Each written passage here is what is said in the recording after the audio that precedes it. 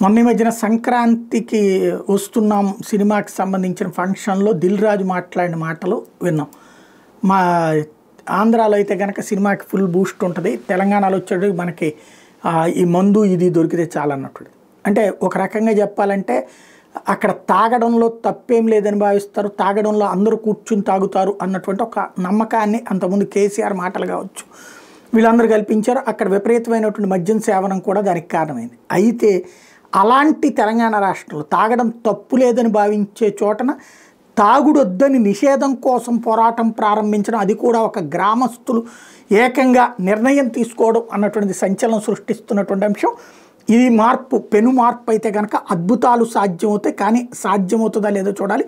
షాద్నగర్ నియోజకవర్గం ఫరూక్ నగర్ మండలం అయ్యవారిపల్లి గ్రామ పంచాయతీలో ప్రజలందరూ కలిసి ఈ మద్యపాన నిషేధం మీద నిర్ణయం తీసుకున్నారట. గ్రామస్తులు మద్యపాన నిషేధానికి సంబంధించి తీర్మానం చేశారు. గ్రామస్థాయి అధికారుల ద్వారా లేదా గ్రామ సమాజంలో ప్రజలకు సంబంధించి నిర్ణయం తీసుకునే ఒక తీర్మానం ద్వారా గ్రామంలో మద్యం అమ్మకం, వినియోగం లేదా ఉత్పత్తి మీద ఆంక్షలు విధించారు. మద్యం అమ్మిన వాళ్ళకి 5,000 రూపాయలు, 50,000 రూపాయలు, కొన్నోళ్ళకి 25,000 రూపాయలు, అమ్మగా చూసిన వాళ్ళకి వాళ్ళకి 10,000 రూపాయలు పారితోషికం ఇస్తారు వీళ్ళ దగ్గర నుంచి తీసుకుని. అదే సమయంలో ఎలక్షన్లో మద్యం అమ్మిన కార్యకర్తలు కానీ గ్రామస్తులకు కానీ ఎటువంటి మద్యం ఆశగా చూపిన లీడర్కి కానీ 5 లక్షల రూపాయల పెనాల్టీ.